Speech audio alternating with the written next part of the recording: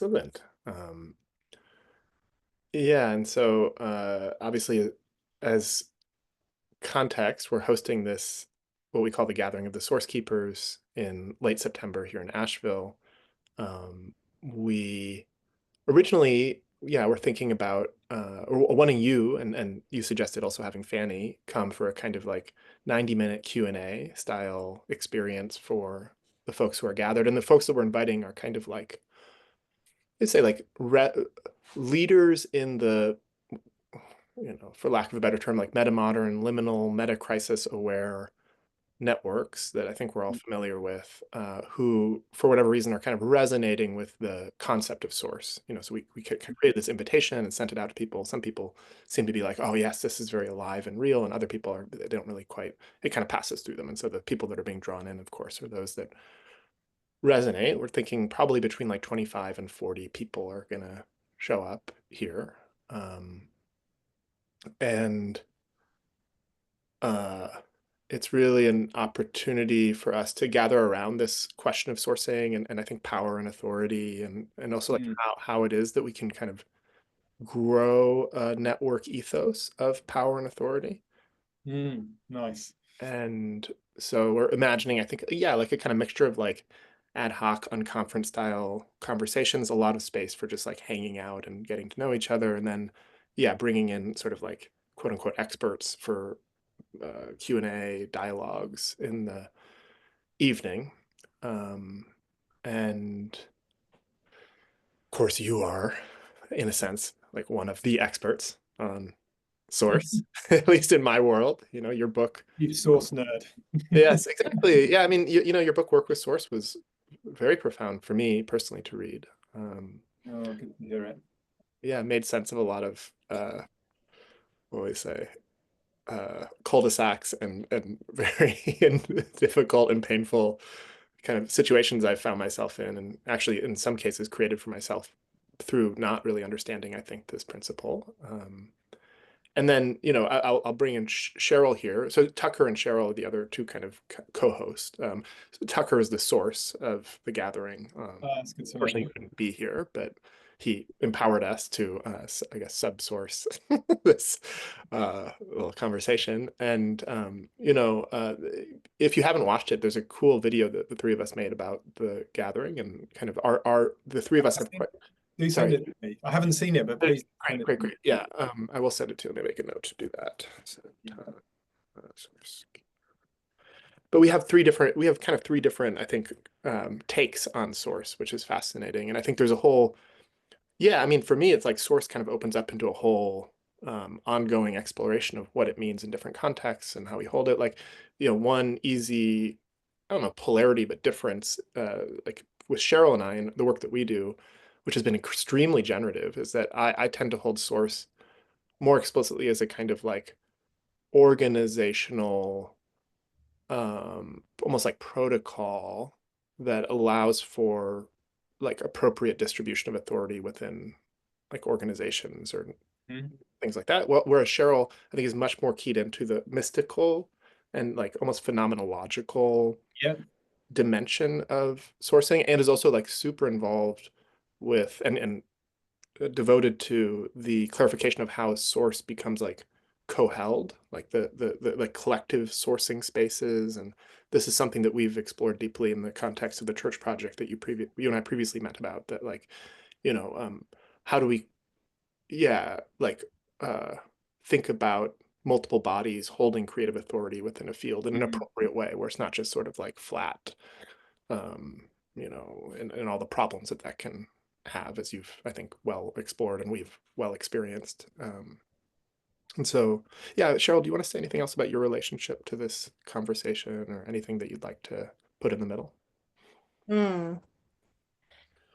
Yeah, maybe I'll begin first by I got a chance to come back to your book, Tom, and it was really once again deeply clarifying. There's something like I can actually feel um, very much your sourcing of the shape of that which I feel myself in service to as well. Mm. There's like something that really clicks into deep alignment. And it actually brings me kind of like relief Mm, and um, yeah. release actually into a sense of, oh yeah, you kind of have a really kind of concisely articulated um, yeah, way of speaking to something that I think we're seeking to embody. Mm. And that's really powerful. And I also really love, so I come from the lineage of collective presencing. Oh, So in yeah. some ways, like with Ria Bach as well, Yeah, working very lovely. You saw the closely. mention of her in the book. Yeah. Exactly. Yeah. So in some ways, like um, the creative field sort of potential is often what I hold in relationship with Daniel. So Daniel is very much creative authority flows through source as a kind of really clear organizational role that everyone can feel and also magnify towards. I'm often in relationship with Daniel as source, also drawing attention and awareness to the field as the Yeah. kind of generator of a co-arising vision that other bodies can also attune to in relationship with what they're uniquely called to bring. Yeah. So that tends to be kind of like what we're dancing with together. So can it be both and always? Mm. Oh, that's Yeah. such a good question. This is going to be such a fun conversation. So yeah, I'll say a few things, and then we can sort of refer or bounce it back and forth a little bit. Uh, Well, actually, Tom, maybe before you do, I just yeah, want to say a piece about what we were hoping we could do in this conversation, then I'd love for you to yeah, respond. And yeah, so there's kind of like two parts, or maybe three. It was one is just to kind of get to know you and have your voice in the generation of this gathering, and then and share about what we're endeavoring to do. And then the second part, I think, is we have a couple kind of questions and curiosities in addition to just wanting to hear your response and take on what we're doing. That we'd love to perhaps share with the folks that are coming, especially like kind of get generating from you just a 101 overview of source and like exploring this question of networked like power in yeah. particular. But yeah, so I just want to say that, and then please, I would love to hear your response to what we shared so far. Yeah, definitely. So there's a lot to say about this. And one thing I'll say at the outset actually is I think some of what you guys are speaking to, maybe even the dynamic between the two of you, especially when it's working really well, probably plays quite a lot into Fanny Norleen's work around the masculine and the feminine and like the both and that's needed. Because I think, you know, when you sort of describe Daniel, sort of your and Cheryl's kind of sort of different angles on the source work, it was like, yes, like all of that, please, is really needed. And in some ways, actually, if there was a starting point, it probably is with the more sort of esoteric and spiritual kind of side of it. And you know, and some would describe that as being in the what Fanny calls like the creating feminine. But then it needs as well the masculine energy of going. So how do we sort of create some like order and structure around this that honors that? Uh, Mm, Whereas what happens in this kind of the current paradigm is it's all in the masculine frame and it's all about organizations and governance, and we've lost connection to sort of a deeper sense of source. So I think, yeah, they both have their place, and it's the sort of the dance and the connection between the two mm, that really brings it to life. But to almost sort of jump ahead a little bit, you know, Peter Koenig has sometimes been asked that, oh, well, you know, can you imagine a time when we don't need sort of source as he's defined it, that we don't sort of acknowledge the one single individual as the global source and the hierarchy of specific sources. mm, And you know, and what his answer to that was super interesting. And he says, yes, he can imagine there being that state, and it's maybe what you're just starting to sense or wonder about, Cheryl. You know, that's what I hear somewhat in your question. And what Peter's described is if you imagine those really precious and quite rare special times when groups do come together and it feels like something almost transcendent is happening, that there is a mm, collective field and something is being sourced that you couldn't possibly, you know, just sort of neatly put into a hierarchy of sources. and you get into that kind of flow state between people. It's almost like that's the stage beyond source as laid out in my book, and as defined by Peter in his source principles. But what Peter said was, and this is what I think all of our experiences is, those moments are fleeting and they're not stable. Like you couldn't just go, okay, so we're just going to permanently have that state, as we do all of the work and all of the organizing that needs to happen. So yes, that kind of can exist, and I think we have moments of it. But if we try to build substantial initiatives only based on that sort of today, and with the general level of consciousness, if you want to call it that, or level of development of people, it's probably not going to last. But we might get there one day. So I would really hold that possibility open, and probably you guys, and maybe you're further ahead than I am, but I think this is what we're maybe striving for in the long term. But I wouldn't try and rush to it yet.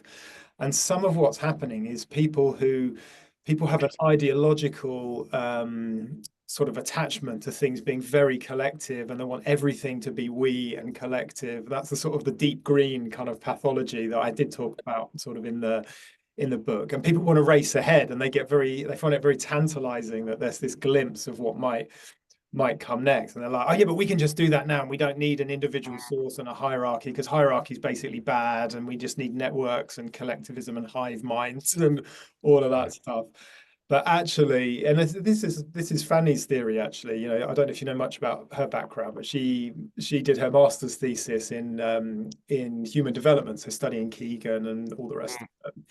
And she said it quite clearly recently that it's almost like, if you want to reach that more transcendent stage, if you can't pass through the deep green stage, but then this stage where we can just be totally comfortable with acknowledging hierarchy again, but in its healthy expression. So not the type of expression of hierarchy that's we see as bureaucratic hierarchy or power over sort of patriarchal type systems, but a power with type of hierarchy, which is what we're trying to do when source is running really well. It is not power over people, but there is a hell of a lot of power in the system, but it's power with. But if people aren't prepared to go through that stage, but they're just like, we're going to sort of skip that and just get to this really transcendent thing that's super collective and hive-mindy, I'm not convinced it will work. So there's a bit of a hypothesis there, which I certainly couldn't prove, and I wouldn't pin my whole reputation to that. But I think that's the direction of travel, and and Fanny would certainly have a lot more to say on that topic. So that's kind of the starting point. And so to create that stability, acknowledging the natural hierarchy of sources, and but I think and this is why it's so important that you guys are talking about power and authority and what those things really mean. If it starts to feel, if something's working along, or if you're trying to work consciously with source principles, but it's feeling like it's power over people and oppressive, then there's been a regression there. And this is really hard for people to get. I don't know, I had a really painful online discussion with Mickey Kashtan from Nonviolent Global Liberation. And I don't think she could let it go. It was for her. She was so worried about the regression to something that was more patriarchal. I couldn't reach her and her audience, and I think and I kind of kept it polite, but there was something really missing there, which I hope she'll get there one day. But for now, I think just acknowledging the natural hierarchy, but when it's working well, it's acknowledging the source in all of us. So that's where we stand equal. It doesn't really matter, which of the two of you and Tucker is the global source in a particular context, because in that context we acknowledge the hierarchy, but fundamentally we see all of us standing equals as fellow humans and as fellow sources, and we're on our own journeys in life. We acknowledge that yes, when you look at it really closely, the concept of an individual, of course, dissolves and everything's ultimately interwoven. And we can acknowledge that as human beings, there is this little pocket of flesh and consciousness, Peter once called it, which I loved, that we call Cheryl or Daniel or Tom or Tucker. Yeah. And we can honor that our souls, there is an individual soul there. So yeah, that's the direction that we're sort of trying to move in. So hopefully, I don't know if that helps or if I fully answered your question, but this is sort of where we're coming from with the source work. Yeah. Gorgeous. And I wonder, there are folks who are coming to the gathering who, well, let's say there's a variability of familiarity with source as a concept, and would love for you to kind of, and I'm sure that your own relationship to it is unfolding since you wrote the book, but if Mhm. you could offer a kind of like 101 overview, synopsis of what the source principle is and why you feel it's important and why you chose to write a book about it. Yeah, that's a very big question, and it's hard Yeah. to do without that then taking like half an hour or more. But let me have a go at trying to give you the sort of the most concise version I can. So Mm. what I see this work fundamentally being about is creativity. And by creativity, I don't just mean the kind of creativity of, can you design a nice environment like the one like the one Cheryl has behind her, which looks super cool. But what I sometimes call big creativity. It's like how do we bring sort of larger ideas that are going to maybe take many months or years to unfold and probably involve many people, how we can actually bring those ideas to life and not get stuck in the common sort of organizational or collaboration type problems that so often stop good ideas that should happen from actually happening in reality. So that's really what it's all about. And there is a big reframing of power in there. There's a reframing of authority as well. So looking at the root of the word authority being author. So it's about authorship, and it's ultimately a creative concept.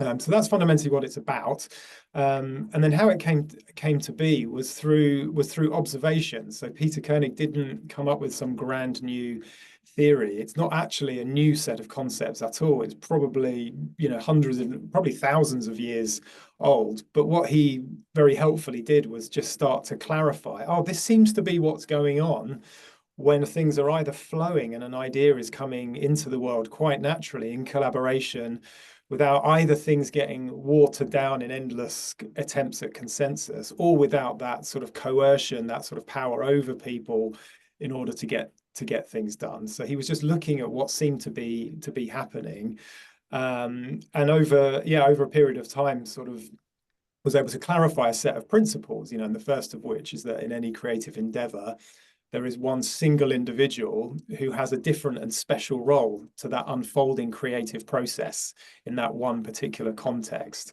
And that's what Peter described as the person in the role of source. And so that's principle number one. And again, that can already have people getting very angry, particularly if they're in a very collectivist sort of mindset or ideology. But we've already sort of jumped ahead a bit by saying that when this is working well, it's a hierarchy in that particular context. So within a field of attraction that I set up around an idea I've started, I have the power in my field in the same way an artist has the power over their own art that they're creating. Like, other people might have opinions about what that art's really all about, but only the artist really Mm. knows that they have that natural power, they have that natural creative authority.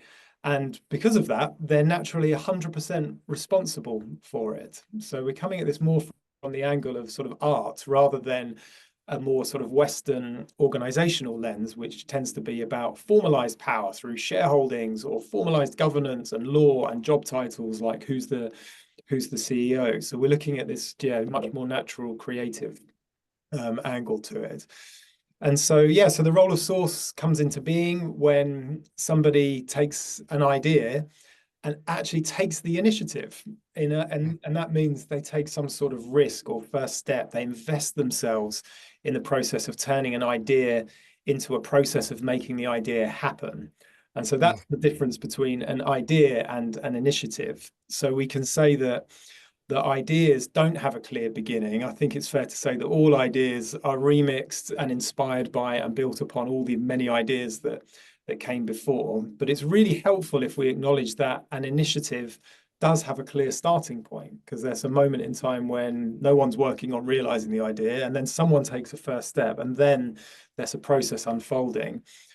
I know some people will nitpick that point, and I've had people debate me on that, and that's okay, because I don't claim that this is some universal sort of law of physics, but it's very helpful as a lens to acknowledge that genesis moment when an initiative is born, when the role of source appears in an emergent way, and then that field of attraction that starts to draw other people in. And again, this is something we've all experienced, even in the context of a party, we felt, drawn towards wanting to show up. There's a field of a source who initiated that. So rather than thinking about organizations as entities, it's more helpful to look at it first and foremost as a creative field, is the sort of the jargon in this work that we get drawn into.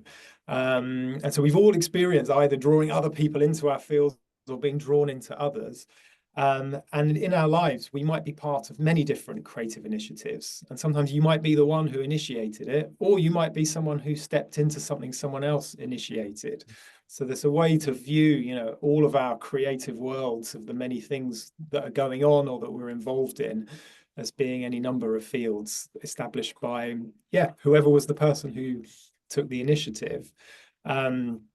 The role of source is not forever. In some ways, they're the temporary custodian of that creative process, and it can be passed on, as you will have seen from the book, through a succession process. And again, that's not something new that was invented through this work in Source that I teach. But in talking to people about this work, you'll find people who'll go, "Oh yeah, I had a moment like that where I remember really letting go and passing it to this person," or someone remembering a moment where they became a successor of Source, and then they take on that natural role. So creative processes can be passed on.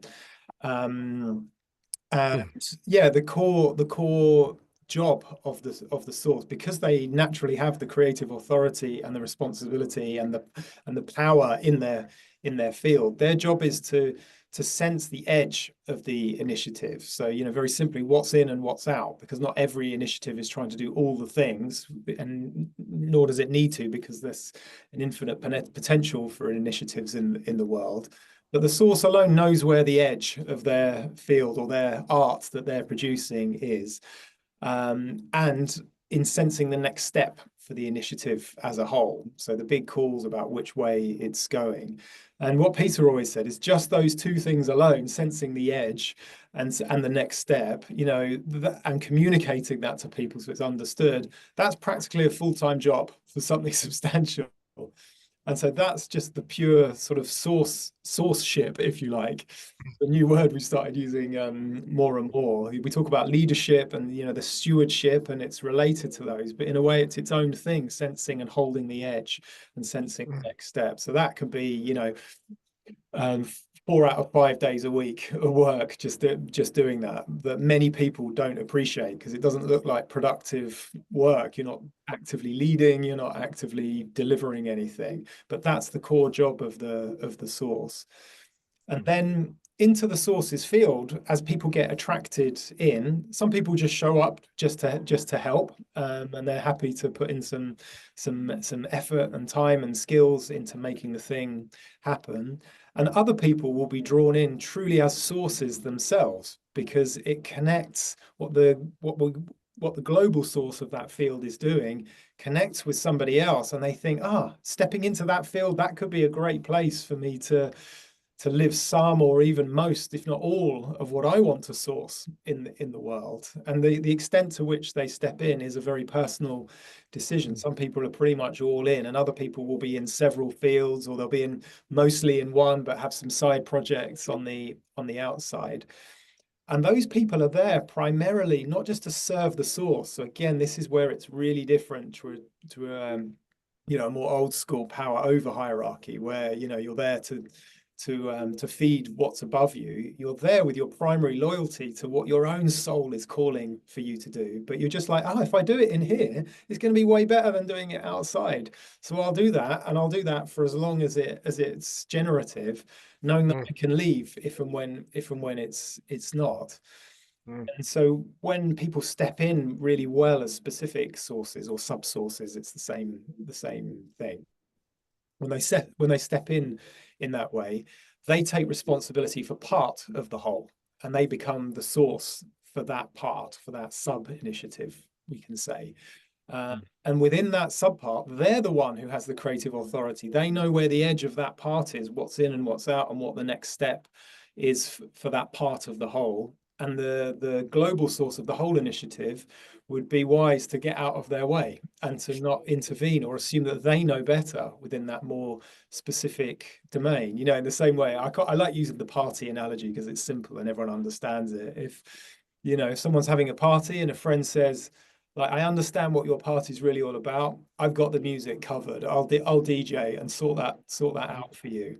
And providing they honor what type of party it is, and they honor, the source who's holding the whole party, the global source shouldn't interfere and go, you have to play this record next. They might make a request, but they will honor that person's got that part of the whole. And then there might be more specific layers still, and that's how the creative hierarchy builds when you have specific sources within the fields of other specific sources. So as the initiative grows, you can sort of, in my head, visualizing it in a pattern of nested circles to show how that hierarchy has built up. Those are some of the core principles. Let me pause for breath there. Fire away with your questions, but that's sort of a very quick sort of 101 for someone who's fairly new to this. Thank you. Did I miss anything important? You guys know the work pretty well. That felt pretty robust as a kind of entry point into it from my perspective. What comes up for me in hearing all that in my own journey with sourcing is like how patterned people's prior relationships to power and authority are, and Yeah, how often in the past hierarchy has been used to reduce creativity and agency, whereas I experience source and the hope of source as in fact amplifying creativity and agency and the person who's in the field, their creative sourcing of their unique offering. And it seems like once you've set up the conceptual architecture, the actual like almost developmental work of both releasing old stories about power and authority and living into a new vision is like a lot of the challenge. Like yeah, in the work that Cheryl and I have done, like we've gone through many cycles of like clarification of that around that sort of essential pattern. And a lot of what you've said, I think, sets up the conditions for that. And I'm curious, like, how you help people disambiguate in their own experience the kind of, yeah. toxic hierarchy that we've been practicing for all of human history versus this new vision of authority. Yeah, yeah, 100%. This is so important. So, Peter's been working on the source principle since about 2009, but for the last 40 years, he's been working on the other part of his work, which started off looking at the human relationship to money. Like, why do things seem to get difficult or stuck when money enters the picture? Mm. And and what Peter uncovered is that money in itself is a neutral medium, but it's a mirror for our projections. So parts of ourselves that we externalize, often the nasty stuff, or the really aspirational stuff gets projected onto money. So Peter developed sort of a more of an inner work practice. It's quite Jungian, it's quite tantric as well. So this is the shadow work, it's the stuff that's in part 3 of the book. To help people reclaim parts of themselves that they're externalizing. So Peter's route into that was through money, because money is quite unique as a medium that's been created by humans that only exists as we create a story about it. Otherwise, they're just pieces of paper or metal or bits in a computer system. It's only money because we tell a story about it, and that works through through projection. But that's just a way into shadow work. And how this relates to your question, Daniel, is that because of our prior experiences and our upbringing, you know, there are a lot of things we have in our shadow about our power, about being a patriarch. That we again externalize, and that causes reactions, good and bad, to the concepts around source. So typically when I'm working with sources in more sort of coaching advisory capacity, we see which way someone more naturally leans. So some people, their conditioning is actually naturally more top down. And Right. that's actually useful, because for them to go, right, you need to hold the edge of this initiative, and you individually need to get clear on the next step. They're like, oh yeah, I can totally do that. And it's like, oh, and by the way, you also need to be able to completely surrender to your subsources in your field, who will know far better than you do what needs to happen to realize these individual parts. And it's not going to work if you have any sort of power over them, that you don't see them as power equals fundamentally. And they're like, oh, okay, that's my stretch. So what do they need to reclaim? That ultimately, you know, they're powerless, because, you know, as well as having the power, they have to embrace the polarity that they're also powerless. And so that's the inner work to get them to reclaim their powerlessness. Or a common one is being the person who just doesn't know anymore, you know, getting them out of this, well, I'm the founder, so I'm the hero visionary, and I'm like Steve Jobs, and I know what the world needs and what will sell and what will happen next. And frankly, even Steve Jobs wasn't that good. And certainly no other founder is that good. So them learning, you know, their limitations and being able to act in a more bottom-up way. So that's sort of one half of it. And then for others, it's the complete polar opposite of that.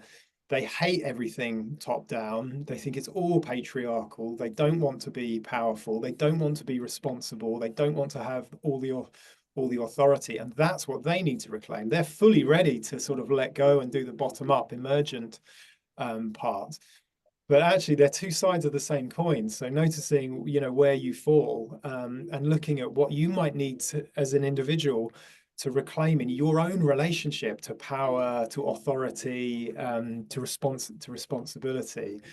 And then it frees you up to then be a good source, to naturally spot where you are. And this is the absolute liberation. You know, it's probably one way of expressing part of what you've maybe experienced, Cheryl, that you, when you use that word, I think. And, you know, even just, you know, right now we're just about to launch the CU Source online program. And it was completely unequivocal that my colleague Nadia Taranchevsky was the source of that. And I was like, oh, this is great. You've invited me in. You're the source. I'm a specific source. I'll help make this happen. And I will 100% honor you as the overall author. And I don't feel in the slightest bit diminished. I'm absolutely delighted, because it's just natural and it's hers. And yet we both had tears in our eyes when we had that conversation, because we just were naturally acknowledging our place. And then there are other contexts where I'm the global source and other people are helping me, and we flow in and out of these things. So if we deal with these hang-ups that we have, and we don't go, oh no, because this is a very collective thing, we must all be equal, and we must always have, you know, full consensus or even consent about every single little thing, we just get stuck.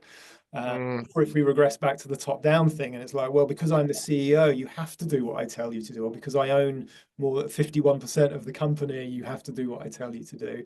Then we don't realize the creative potential either. So we're really looking for the next sort of, you know, level up from this individualistic collectivist sort of polarity. Yeah. Gorgeous. I have further questions, but I want to make space for you, Cheryl, if there's anything that you're curious about or want to share here. No, it's incredibly rich. Trusting your question guidance. Okay, But great. let me, I mean, I'll just say one more thing, because maybe a good question will be, you know, for other sort of colleagues of yours and associates who might be watching this, you know, what sort of questions you think they might have, or what might be their, you know, pushback on this? Because one thing I will say is that, you know, we call them, or Peter called them, his source principles, and he very deliberately stopped short of calling them laws. You know, there are all these books about the 10 laws of, you know, creative organizing or whatever. And he's like we can't go that far, because then we risk going into the realm of dogma. So they're principles that describe something, and is the first to say that if a better way of sense making and understanding what's going on and how to make things work comes along, he'll be the first to abandon it and move to something better. So, it has held up time and time again in initiatives of all kinds, including these very Mm, meta modern, very decentralized kind of spaces, but nothing is forever. So it shouldn't be, we hold it relatively tightly because it does seem to work. So we're not just going to abandon it because someone says, oh, well, I think that there's just two of us as source. I would really challenge that pretty hard, but also with a certain lightness that, I don't know. And one day, I hope we'll come up with something even better. So that is important to say as well. And more than anything, this work is best seen not as a theory that we hold up to be true. Not that any theory can ever be held up to be true in an absolute way, but more as a sense-making lens. Peter always used to start his source seminars by saying, let's put on a different pair of glasses and look at life and work through this mm, perspective, see what insight arises, and then what next steps and interventions then emerge as a result of that. And that tends invariably to lead somewhere very interesting and mm, useful if you follow those threads. But it's not absolute. So if anyone, feels that they don't want to get sucked into a dogma or are being told that this is just the way things are, life is far too complex. And of course, it's never as simple as a finite number of principles that describe things. Everything's messy and subjective, but having these principles to work from is helpful. So yeah, that might be an important thing that people can easily miss to say at the outset. Yeah. yeah, thank you, Tom. And my sense is that most or even all of the people coming to the gathering are, um, yeah, as I said, like resonant with the idea as they understand it, and probably aware of the failure modes of kind of current attempts at organizing creative enterprises.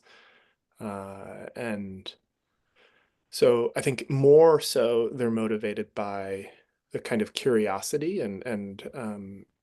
I think when I think of the metamodern, liminal, meta crisis aware networks that we're a part of, it's like, there have been years of clarifying conversations.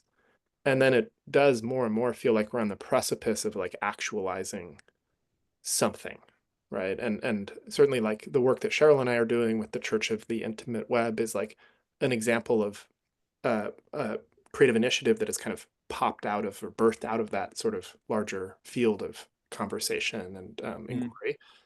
But then there's like I think a larger question of like um, around how a global decentralized network of people Mm. who are kind of like implicitly values aligned around metamodernism and the kind of conversation we've been having. Could the source framework be used to potentiate a field like that? What does that look like? Or do you have thoughts about that?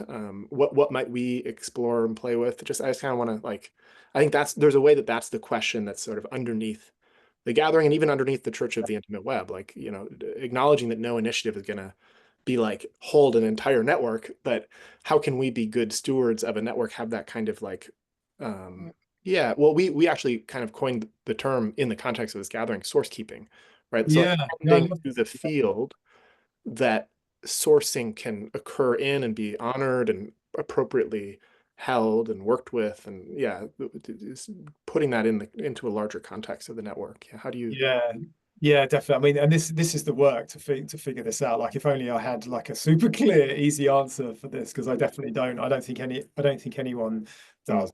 But a few things that come to mind.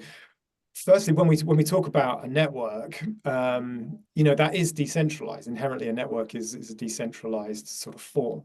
And within that, there are just connections between individuals, and there are obviously clusters between people, and there'll be things that emerge or that get sourced by those people mm, that won't necessarily be within the field of the global source who initiated that process of creating a network. So I wouldn't necessarily assume that everything happens in that global sources field. But I think what you're probably trying to do is to create, rich connections between people, so that those people can be ever better sources, and then have the other people around them that they can draw into their initiatives. So yes, you're creating a network of people, but then you're also creating an ecosystem of initiatives. So I would definitely view it through that more sort of ecosystemic kind of a lens. You're trying to build like a vibrant sort of rainforest of initiatives that are growing. It will probably be, even though a network by its very nature is decentralized, the process of starting that network was an initiative that someone, and I think in this case, are you saying that's what Tucker started? Well, Or there's this gathering, which is sourced by Tucker, and then there's this kind of like emerging cultural scene yeah, that, arguably a lot of different sources participated in catalyzing. Like I had a podcast, yeah, other people that are coming had a podcast. There have been previous gatherings sourced by various people, but there's like, there's a scene, there's a network, and yeah, it is in fact like orienting towards something. It has a kind of creative drive, right?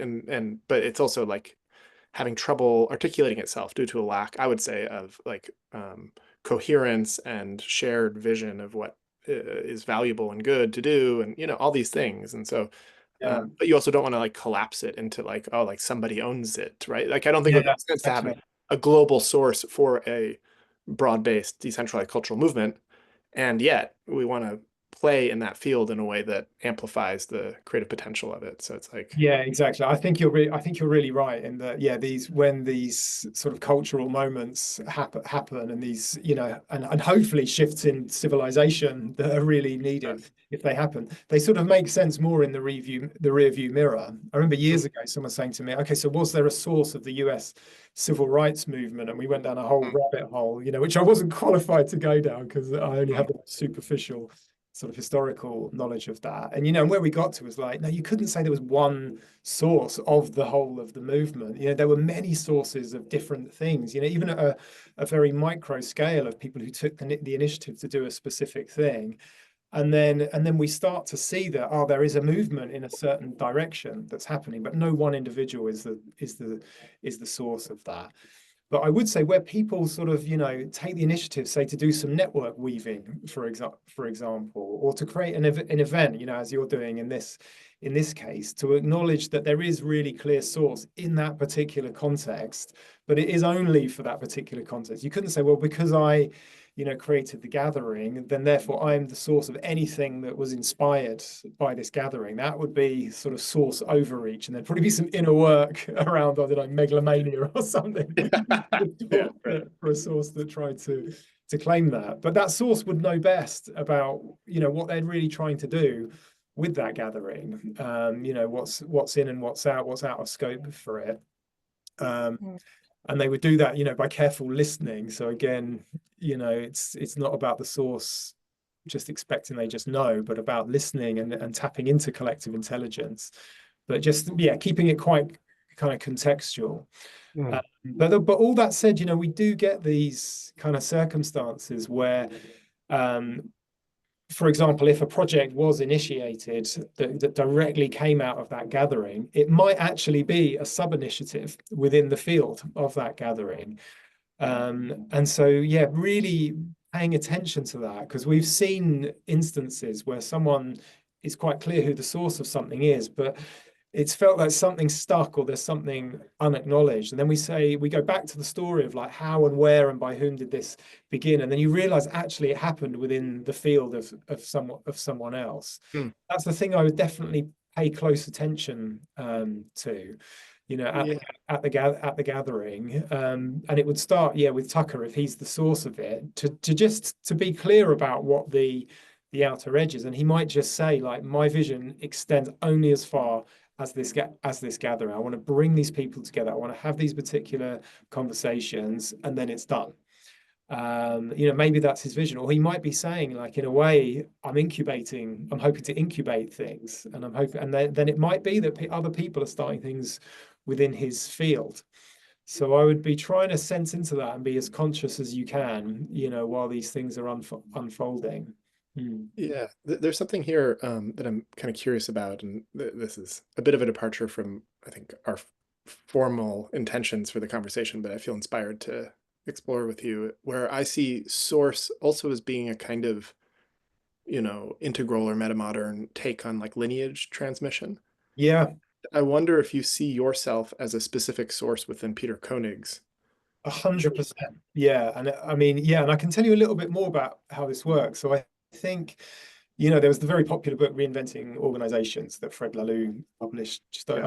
over 10 years ago now. And and I think in some ways what we're trying to do is actually transcend Mm, organizations in some ways. mm, And there aren't that many examples of it now. I think open source projects are one sort of area where, if you think of how an open source project works, it has a very clear source. They sometimes call them the benevolent dictator for life, which is quite the sort of the funny term for it. And the interesting thing is they have complete creative authority over it, but they have no formal power over anyone, because if they start being a dick, then people can just fork the code and mm, everyone else can go in a different direction with it. So they don't have that control. So it has a natural system of checks and balances in there.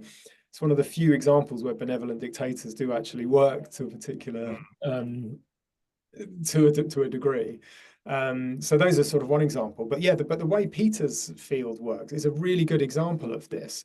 So there's no sort of legal entity that exists underneath Peter's work. He might have one that he bills his consulting work through, but I'm certainly not part of it or anything like that. So it's held completely informally, just based on the strength of Peter as a source. Um, mm, and then within that, to be fully within Peter's field, he in a very top-down way has set the conditions for that. So people have to be true to the work. mm, They want to go off piste with it. They're completely free to do that, but then they're clear they're doing it outside of his field. So there's no restriction on anyone to do anything they like. And likewise, Peter considers all of the concepts that he created, including all the concepts that are now in my book. They're all open source because, as we talked about earlier, then they're not really anything new. They're just remixed and built upon other ideas. So we could never draw a line under it and go, well, that's mine now and that's protected. Um, so the ideas are free. So without restricting anyone, he can hold the edge of his field with very clear conditions. So one is that people are true to the work, that people credit their sources. So it'd be impossible for someone to listen to this conversation and think I came up with the source principle. right. It's because it's very natural and obvious and the right thing to do to acknowledge Peter. Yes. So we do that as well. And then there are a couple of other conditions. So he sets the bounds very clearly, and then there is a lineage as well. So Peter is sort of the root teacher or the creator of his particular work. And it has a very simple process because there's no institution that's been created. Like, if you're a coach, you can get certified by a CTI accredited thing, and that's the sort of the industrial institutional model. And you can go up the rankings of being a coach and then an associate or then a master coach or whatever it is. But in Peter's field, the question is just, are we done as me as a teacher and somebody else as a student? And when we reach a point where we feel that, yeah, I've taught you, as much as I need to teach you for you to be really considered as a practitioner in this field, then we share a moment. We go, yeah, I think we're done. And from that moment, that person is then clearly in the field Mm, as they practice the work. They're then able to extend the lineage further as and when they sense that they're really ready. And mm, responsibility is held hierarchically. It is a lineage, so it's just another hierarchy. And so slowly, some of us who've been doing the work for longer have been bringing on others. There's only a small number of people that I've brought into the lineage, but I'm responsible for what they do with the work. And so if they started to go in a harmful direction with it, Peter wouldn't have to intervene with them. He'd say, hey, Tom, what's up with this? This is in your branch. And if I don't sort it out, he can cut me off and say, you're now outside.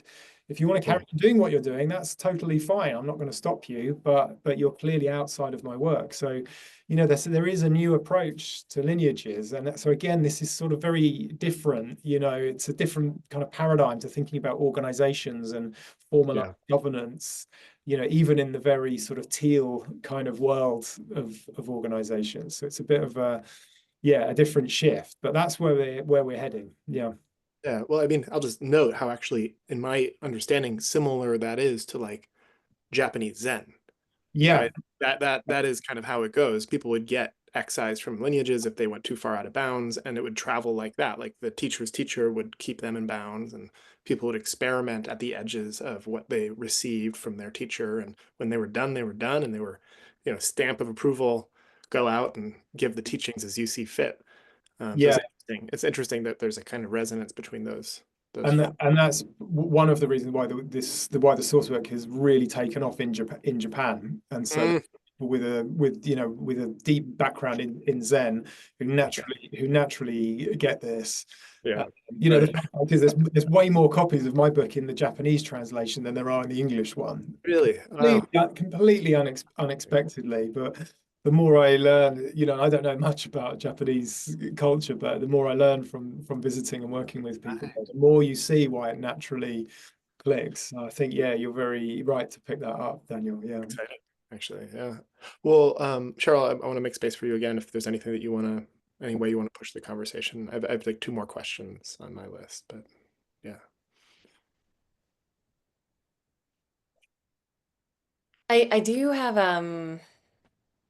think something around the vulnerability that you describe of recognizing sourcing.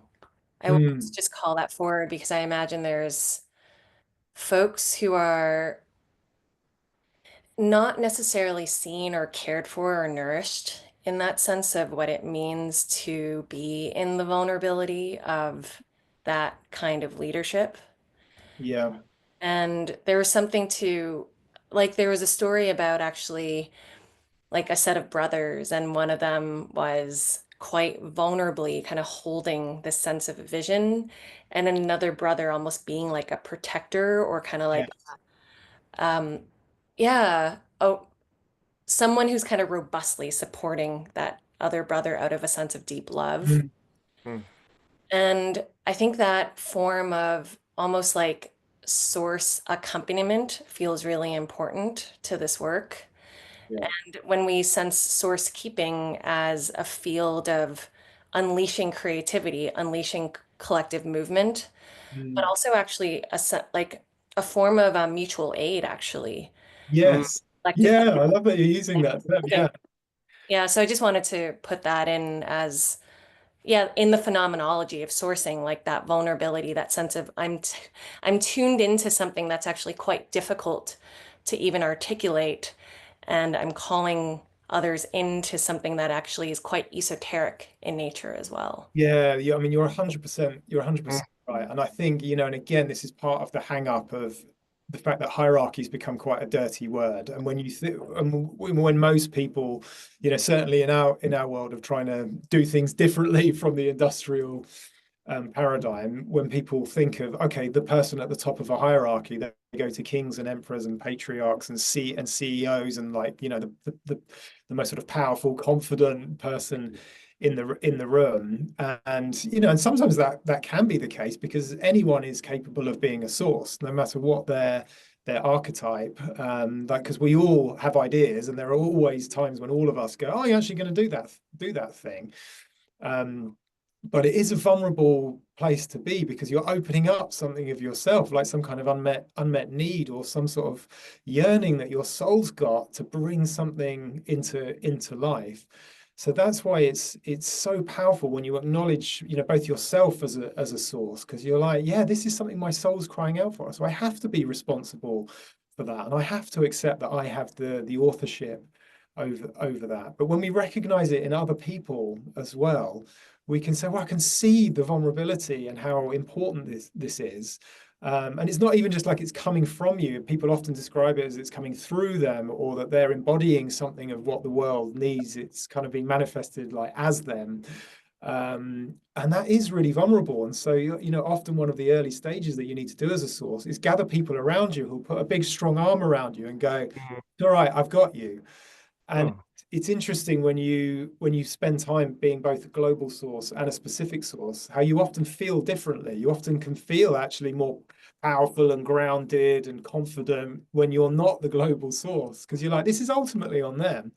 But then you go, okay, good. So I can really rally round them, and it's like that, that vision of kind of being hugged from all sides when it works really well. And then those people can become great specific sources to go, right, logistics, I'll take care of all of that. I said, thank you. So you just worry about channeling the vision and working out where the edge is, and I'll make shit happen. I'll be a leader, I'll build a team and plans and mm, execute and all the rest of this. And it's, thank God you're here. Uh, mm, and so you quite often see that, and in many cases, you get pairs of founders. It's quite well known that solo founders often struggle, but quite often you get the one who's the source, but then they need a really powerful, specific source who's good at making it happen, and that's like the strong kind of presence. And that's what those brothers that I mentioned, they were actually sisters, but I changed it in the book. But that's what those sisters had, and it was clear as day to me. But it took them years to realize, and not until one of them was ready to leave that they were ready to acknowledge it, because they were very in the story of, we're pulling this down from the universe together. And mm, I couldn't prove them wrong or tell them they were wrong, but they were ready for it. It was a more truthful story when it came out in the end. mm, It served them both well. Yeah. mm, Yeah, I'm really glad that you bring that. And yeah, bringing in yeah, likening it to mutual aid, I think is a really interesting one, actually. I haven't drawn that link before, but I think, again, very timely given what we're, facing in the coming years. Mm. mm.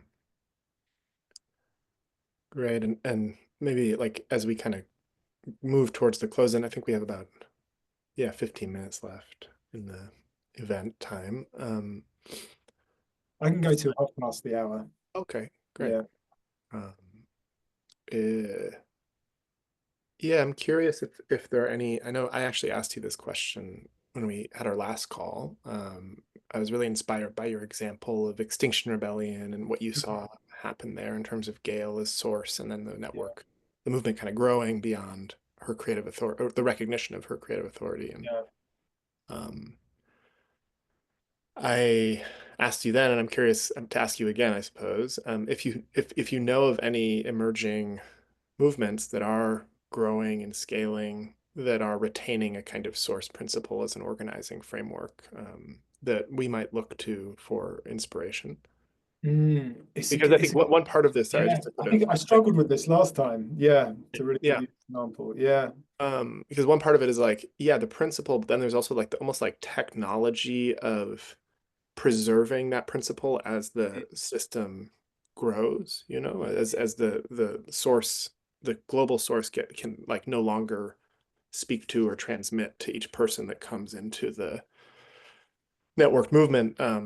And so maybe even it's just organizations that are beyond like the Dunbar number or something like that, or Mm. that are operating on source principles. But I'm curious what you're seeing as an emerging Yeah, this pattern.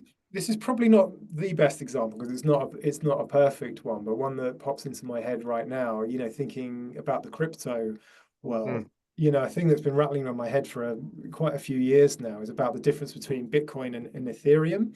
mm, And so with Bitcoin, we've obviously got this mystery source, and no one knows who right. Satoshi is or what or was, and it's a great mystery. And so the source is not present.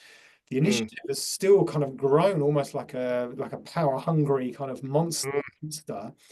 And then it's ended up with the most boring vision ever, which is just like, well, it's digital gold. And so it just becomes the ultimate mirror for the same projections that people have onto money, and it's there for speculation and kind of greed. I'm not saying it doesn't have any utility, mm, but then if you contrast that to Ethereum, where Vitalik, is very clearly the source of it, and I say it's not the perfect example because I still think it's coming from this overly masculine dominated frame of like what use cases can we build and what cool stuff to make things more efficient and facilitate trade and exchange and things like that.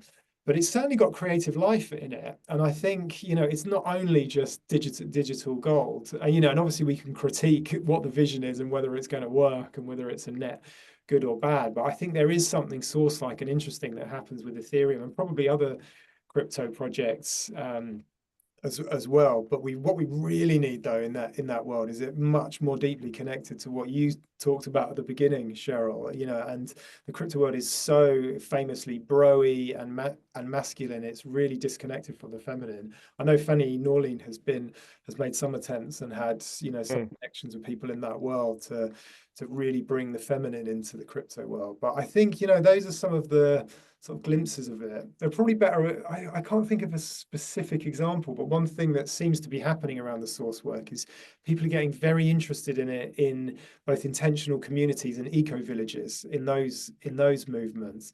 Right. Because they've been so prone to collapsing and falling apart, and the people that start them are naturally, anti-patriarchal. They're naturally quite sort of green, postmodern, but then they see it not working, and they seem to be ready to take the level up and go, right, we're creating a village here, and we're not going to just all worship one chief, but it is actually helpful to go, well, which one of us does have a different relationship to this? What's the lineage and the story of how we all joined? And we won't let that person have power over any of us as humans, but we might do well to listen to their creative authority, and that person might do well to show up as a good source and really listen and use the collective intelligence of the group. So I know that side of things is growing. I couldn't name a specific one, but that's kind of happening as well. So there's a couple that spring to mind. There's probably better ones, to be honest, but yeah, it gives you something to go on at least. Yeah. Yeah, if you think of any more, would love to hear about it. I would love to research them. I think, yeah, it's something that I think we're looking at, or at least I'm looking at like the struggle of that in the context of like projects that I'm sourcing, and yeah, how the principles hold up and how to support them with things like MapTO and other Yeah. kinds of practices. What we should do, just before I forget the thought, is maybe we should have a chat sometime with Gail Bradbrook. Oh, that'd be so fun. Because Gail is awesome. I love Yeah, her to pieces, I and love her. we'd Yeah, never even spoken when I published the book, and really? I nervously got a copy to her through another activist who read it, Oh, who knew her, and and Gail then became a friend, and we were just that'd laughing be fantastic. how I would true love it to do this. is for what happened in Yeah, FR. And I think she's a particularly special, smart. yeah, So she'd be yeah, and really has in the trenches, so she might have even like insights about how like choice points yeah, where it could have been preserved as yeah, a totally. So I would bring her in. Yeah, she's brilliant, I think. So great, yeah. And anybody else who's having this conversation, because what I'm receiving from you is like that kind of question is the sort of leading edge, perhaps, of this work yeah, as it it is. unfolds. Yeah. Yeah, Okay. yeah. Great. Well, then the last question I have is just around like, yeah, the gathering, I think you have a sense of what it is now, and I'm curious if you have um, how you see gatherings like the one that we're offering being supportive for catalyzing people's sourcing and a kind of networkological approach to creative source work. Yeah, yeah. Well, I would certainly, I think your background, Cheryl, in collective presencing, like doing that, but with a real awareness of source. And as I wrote in the book, and I think maybe where Ria and I really connected around this, is firstly the source really acknowledging themselves as the person asking the calling question for the gathering, even though it's then going to be a very collective space that people step into. So not shying away from there being one individual source. That's really important.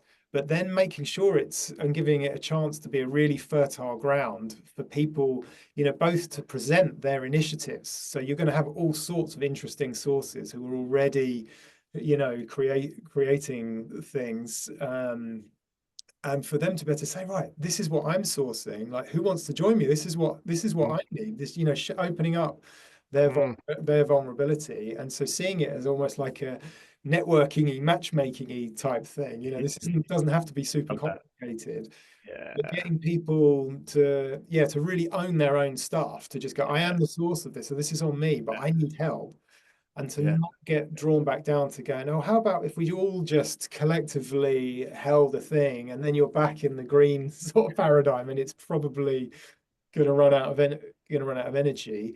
And as well as obviously existing things, it could be really fertile ground where, through the discussion and the sense making about different ideas, something emerges, and these good collective presencing processes, you have the very collective sense making, but then it goes back to the individuals. You come up the other side of the U, where someone goes, okay, I'm actually going to make this happen. Like, who's in? And then they're like, oh shit, I'm the source of this, aren't I? And often they're reluctant rather than going, it's mine, I'm the source. They're like, oh shit, this is mine to do. And then these others to go, yep, I think you just started it, but don't worry, I've got you. I'll join you. So it could be really fertile ground, because I really resonate with the point you made, Daniel, that I think and hope we're moving past just the sense making. I think we know so much now about the human predicament that we need the initiatives to actually start, making the old obsolete and preparing for what's ahead. And so that needs sources to really come to life. So if you could make it fertile ground for recruitment for existing things, for new things to be initiated, and that first level of recruiting specific sources to happen, then if you've got 25 or 30 good people doing that, then the scope of the impact of that is potentially enormous, I would say. Wonderful. So that's all the questions that I had. I'm curious, Cheryl, if there's anything else that you wanted to share or ask, or Tom, if there's anything else that maybe we didn't touch on that feels relevant to speak to.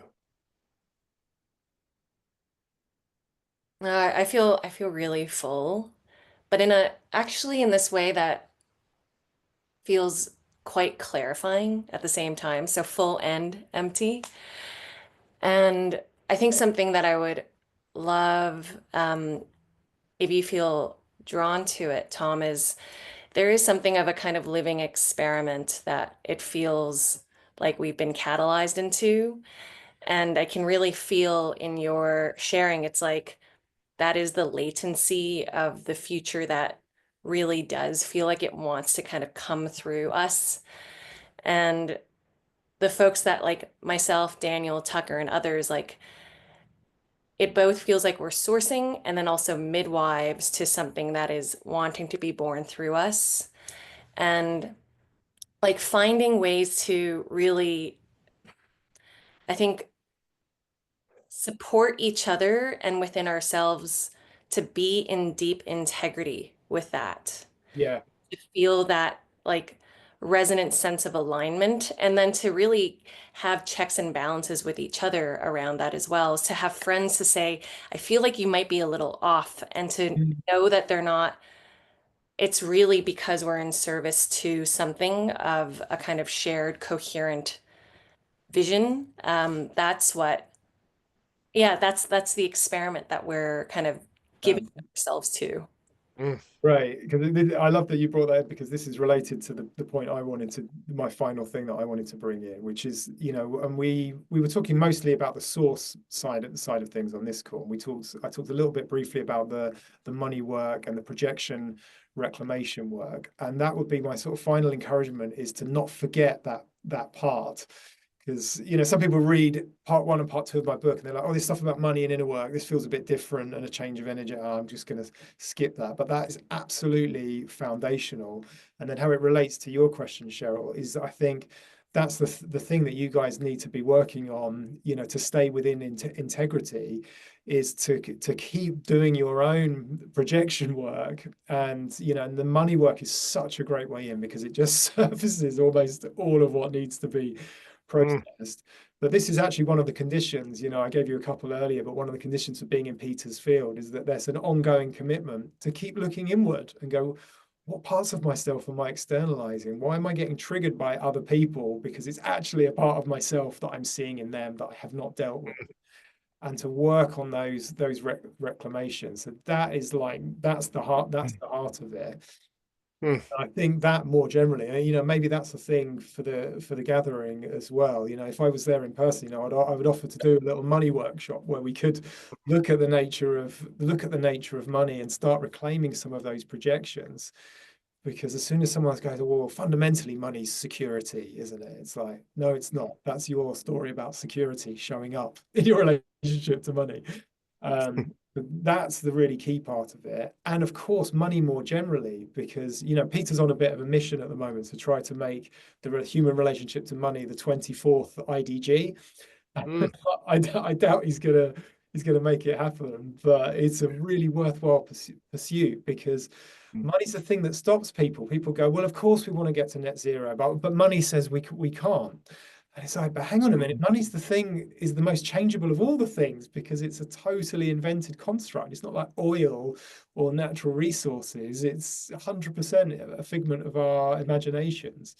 So I think, yeah, the money aspect of it is hugely important. So to reimagine how we think about money, and that starts individually because there's so much in the collective unconscious about what money is. But we can only work on that if we deal with our own internalized beliefs about money and beliefs about who we are and who we are not that get mm, projected onto money. So that's the big part of it. And so, yeah, getting into that work in your triad and having a lot of fun with it. This doesn't have to be super heavy. Sometimes when we're suddenly going, oh, I'm triggered by that. Oh God, it's about me, not them. And you can often end up just laughing your head off at how mm, seriously we take ourselves about what kind of a person it's really unacceptable to be.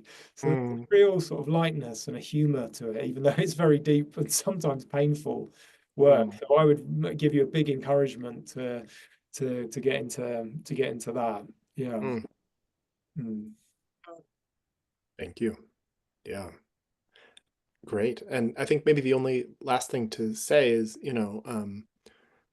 whether you're able to join us in person or online, we'd of course love to have you and Fanny join us for the kind of fireside chat sort Yeah. of thing that we talked about in the beginning, and can send you more information about timing and things like that to um, grab that Yeah, spot. I mean, 100%. Like, I'm drawn into the field because it's Mm. attractive and it speaks to me. And it's a weird thing, actually, because I was having a conversation with a friend a few months ago about how I personally feel like I need to orient my own life and work more and more around this particular moment in history, whether we call it the meta crisis or the great turning or collapse or whatever. And I changed a little first line in my LinkedIn profile, like the most sort of old school of places, just to say that that's what I'm doing.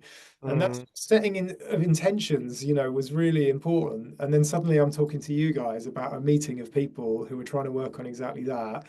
And you've opened mm, the door to me to bring, the one thing I'm particularly nerdy about, alongside the many specialisms you've got from all of the others. So it's, yeah, deeply meaningful and resonant for me. So I'm in one way or another. At the very least, yeah, I will show up on Zoom for sure. I'm really glad we've got this video. This has been a great conversation. It's been really good to hang out with you two, and I think we can get into it at a more of an advanced level than with many others because of your backgrounds and the wisdom that you guys have.